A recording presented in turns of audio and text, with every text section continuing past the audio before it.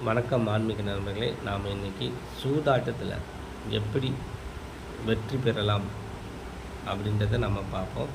அதுக்கு உண்டான பொருள் பார்த்திங்கன்னா, மயானத்தில் விளையும் கரிசலாங்கண்ணி செடியை காப்பு கட்டி சாப நிவர்த்தி பண்ணி வேற எடுத்துக்கோங்க.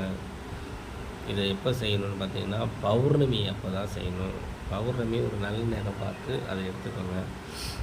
அப்புறம் பார்த்திங்கன்னா, இந்த ஸ்க்ரீனில் இறுதியில் நான் உங்களுக்கு எந்திரம் ஒன்று போட்டிருக்கேன்.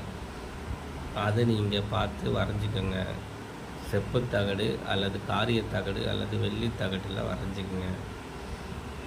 புனுகு, குங்குமப்பூ, சந்தனம் அது மேலே பூசி எந்திரத்தையும் வேரையும் ஒன்றா சுருட்டி ஒரு பஞ்சலோகம் அல்லது அஷ்டலோகம் இல்லை தங்க காயத்தில் அடைச்சிக்கோங்க.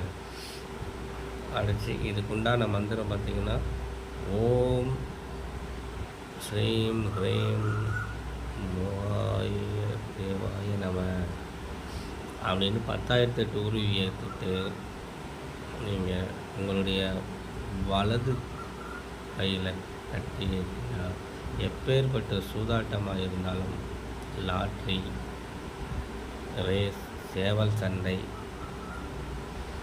அனைத்திலும் எளிதில் வெற்றி பெறலாம்.